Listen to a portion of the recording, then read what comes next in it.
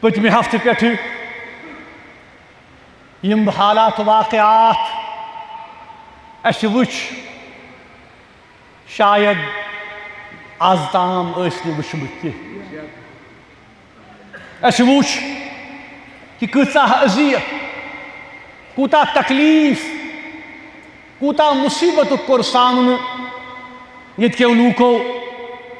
تَکہِ لَٹہِ بیٚیہِ زٕ ایٹمی طاقتہٕ گٔیہِ اکھ أکِس نبرد آزما کھڑا. ایٹمی جنگ کِس دہانس تام واژے أسۍ. اگرچہِ پوٗرٕ جنگ گوٚو نہٕ کینٛہہ الحمدللہ، مگر تھوڑا بہت یُس اَسہِ وٕچھ کہ ایل او سی یس پٮ۪ٹھ، بارڈرن پٮ۪ٹھ، خاص کر جموں کشمیرس منٛز یِم سٲنۍ حدِ متحرکہ لائن آف ایکچوَل کنٹرول آر پار یِم لوٗکھ روزان ٲسۍ، کِتھ کٔنۍ گٔیہِ تِہنٛزِ زندگی تہس نہس. اَسہِ وٕچھ کہ کِتھ کٔنۍ گٔیہِ درجن واد قۭمتی جانہٕ گٔیہِ ضایع.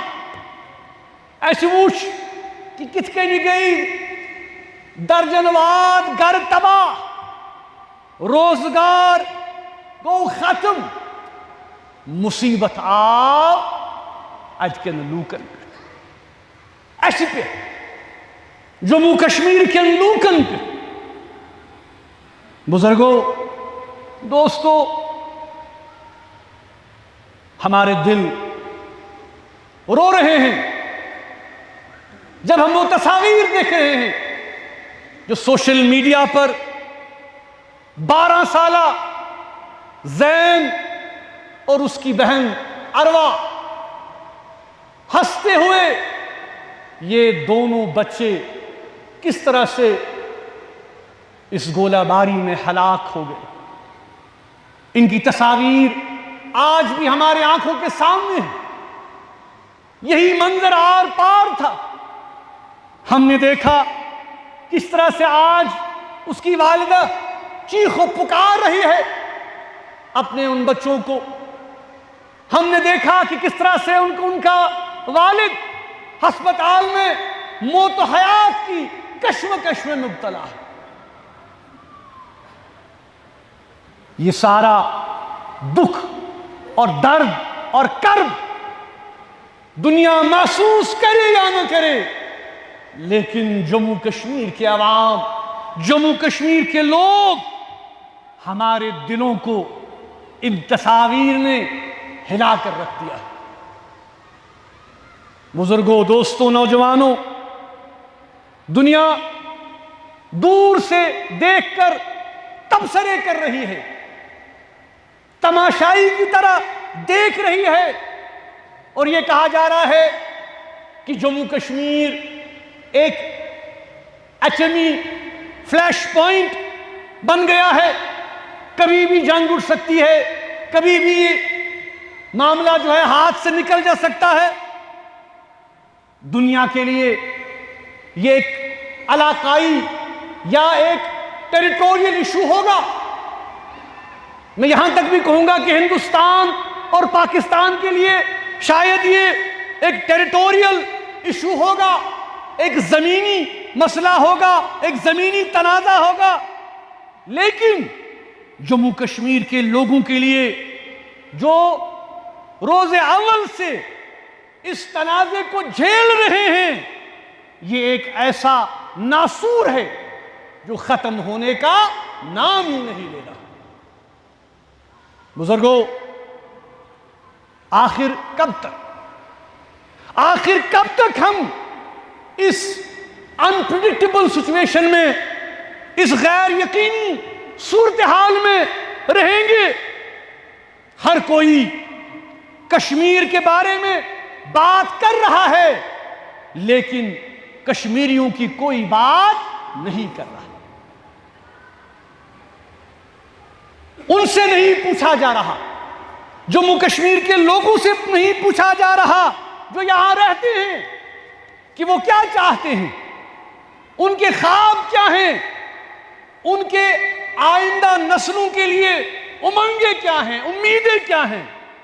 کیا ہم کبھی سکون دیکھ پائیں گے؟ کیا ہم کبھی امن دیکھ پائیں گے؟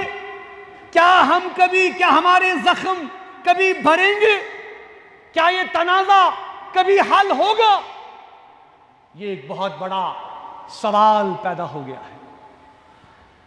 ایک ہر ایسے واقعہ کے بعد ہم دیکھتے ہیں کہ مسئلہ اور پیچیدہ ہو گیا ہے۔ فوجی برتری دکھانے کی جو پالیسی ہے وہ صرف اور صرف تباہی لا سکتی ہے،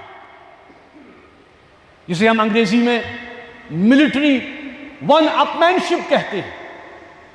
اس سے ہمیں کیا حاصل ہوگا؟ جیسا کہ ہم نے دیکھا کہ اس کا فائدہ کون اٹھا رہا ہے؟ اس کا فائدہ وہ ایجنسیز اٹھا رہی ہیں، وہ فرمیں اٹھا رہی ہیں، وہ انسٹیٹیوشن اٹھا رہے ہیں جو ہتھیار بناتے ہیں، جو جہاز بناتے ہیں، جو تباہ کن سامان بناتے ہیں۔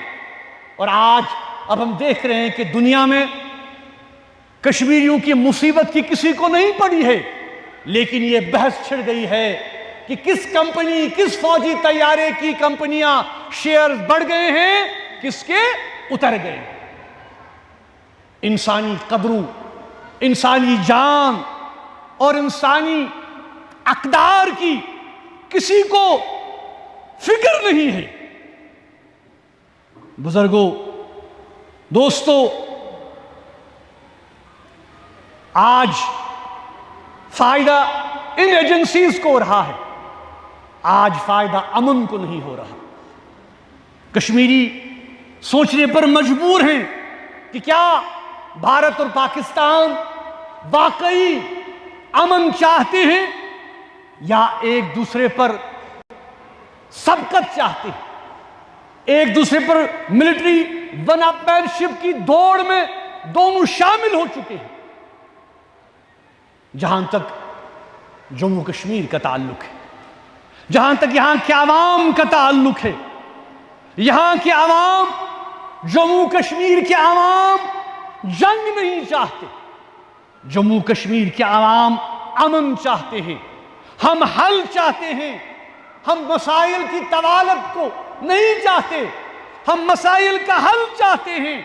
ہم دلی امید کرتے ہیں کہ دونوں ملکوں کے ڈی جی ایم اوز نے جس طرح فیصلہ کیا کہ سیز فائر کو بڑھایا جائے 18 مئی تک، جموں کشمیر کے عوام کا یہ متفقہ مطالبہ ہے کہ 18 مئی تک نہیں، اس سیز فائر کو پرماننٹ بنیادوں پر کیا جائے، تاکہ امن ہو، تاکہ شانتی ہو، تاکہ جموں کشمیر کے لوگ امن و آشتی سے رہ سکیں۔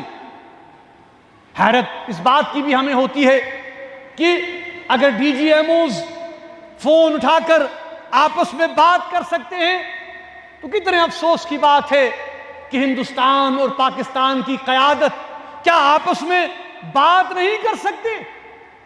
آپس میں ایک دوسرے کے ساتھ انگیج نہیں ہو سکتے؟ اس کے علاوہ اور کوئی چارہ نہیں۔ لیکن افسوس، یہ ایک ایسا سچ ہے کہ اگر آج ہم اس سچ کو بولیں گے تو ہمیں ملک دشمن ہونے کا لیبل لگایا جاتا ہے۔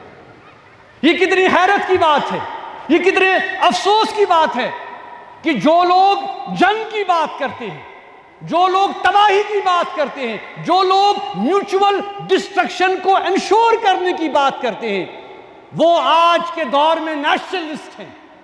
لیکن جو لوگ امن کی بات کرتے ہیں، انگیجمنٹ کی بات کرتے ہیں، ڈائیلاگ کی بات کرتے ہیں، ریزولوشن کی بات کرتے ہیں، وہ اینٹی نیشنل ہیں۔ یہ کتنے افسوس کی بات ہے، یہ سوچنے کا مقام ہے۔ ہم صرف دعا کر سکتے ہیں کہ اللہ تعالیٰ بر صغیر کی قیادت کو، جنوبی ایشیا کی قیادت کو، یہاں کی جو ہماری قیادت ہو، ان کو عقل دے، ان کو شعور دے، تاکہ وہ ان معاملات کو سمجھ سکے۔ آخر پر میں ان تمام خاندانوں کے ساتھ دلی تعزیت کرتا ہوں جنہوں نے اپنے لخت جگر کھو دیے اس جھڑپ میں بلا وجہ. کسی کو کچھ حاصل نہیں ہوا، بلا وجہ انسانی جانوں کا اتنا زیادہ زیاں.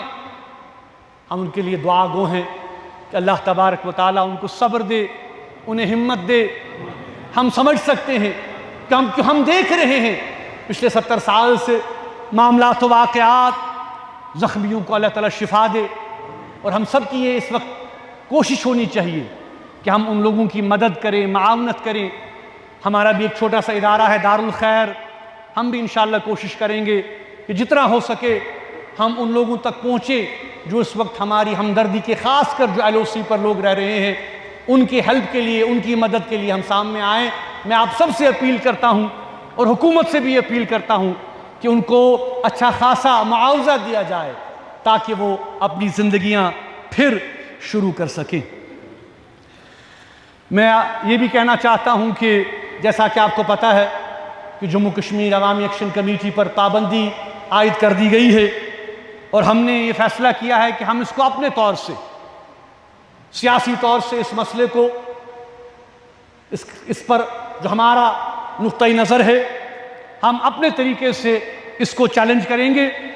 کیونکہ ہمیں قطعاً یہ منظور نہیں ہے کہ جو الزامات جموں کشمیر عوامی مجلس عمل پر ایکشن کمیٹی پر لگائے گئے ہیں، اس کی قیادت پر لگائے گئے ہیں. میں نے پچھلی بار بھی کہا کہ جموں کشمیر عوامی ایکشن کمیٹی کی تاریخ بالکل عیاں ہے، اور ہم ان تمام الزامات کو مسترد کرتے ہیں جو کہ ہم پر لگائے گئے ہیں. اس حوالے سے جموں کشمیر عوامی ایکشن کمیٹی جو بھی طریقہ کار وضع کرے گی تو اس کے حوالے سے میں آپ کو آگاہ کرتا رہوں گا.